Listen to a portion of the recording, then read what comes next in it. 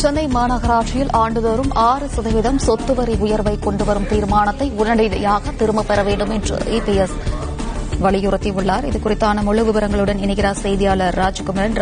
வணக்கம். விவரங்கள் என்ன? சென்னை மாநகராட்சியினுடைய மாமன்ற கூட்டம் நேற்றைய தினம் மாநகராட்சி மேயர் தலைமையில் நடைபெற்றது. இதில் இந்த ஆண்டுக்கான சொத்து வரி உயர்வாக சென்னையில் 6% வரை சொத்து வரியை உயர்த்துவதற்கான தீர்மானம் நிறைவேற்றப்பட்டிருக்கின்றது. இந்த சொத்து வரி உயர்வு தீர்மானத்திற்கு எதிர்ப்பு தெரிவித்து எதிர்க்கட்சித் தலைவர் எடப்பாடி பழனிசாமி தன்னுடைய அறிக்கையினை வெளியிட்டிருக்கின்றார்.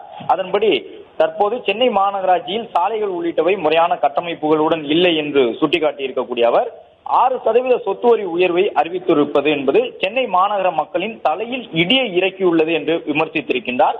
சொத்து வரி உயர்வின் மூலமாக குடிநீர் வரி, கழிவுநீர் அகற்றல் வரி என அனைத்து வரிகளும் சொத்து வரி உயர்வுக்கு ஏற்ப தானாகவே உயர்ந்துவிடும்.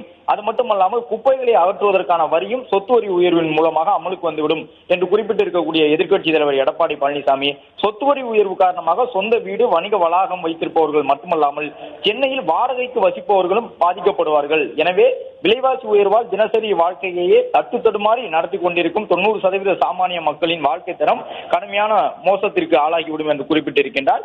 எனவே சொத்து வரி உயர்வு குறித்த சென்னை மாநகராட்சியின் தீர்மானத்தை திரும்ப பெற வேண்டும் எனவும், அது மட்டுமல்லாமல் சென்னை மாநகராட்சியில் மயான பூமியை தனியார் மயமாக்கும் தீர்மானத்தையும் உடனடியாக திரும்ப பெற வேண்டும் என்று வலியுறுத்தி இருக்கின்றார்.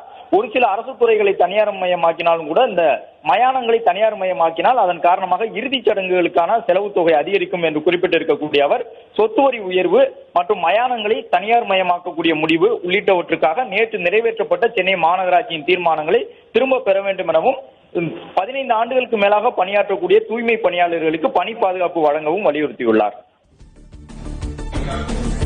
விவரங்களுக்கு நன்றி ராஜகுமரன்.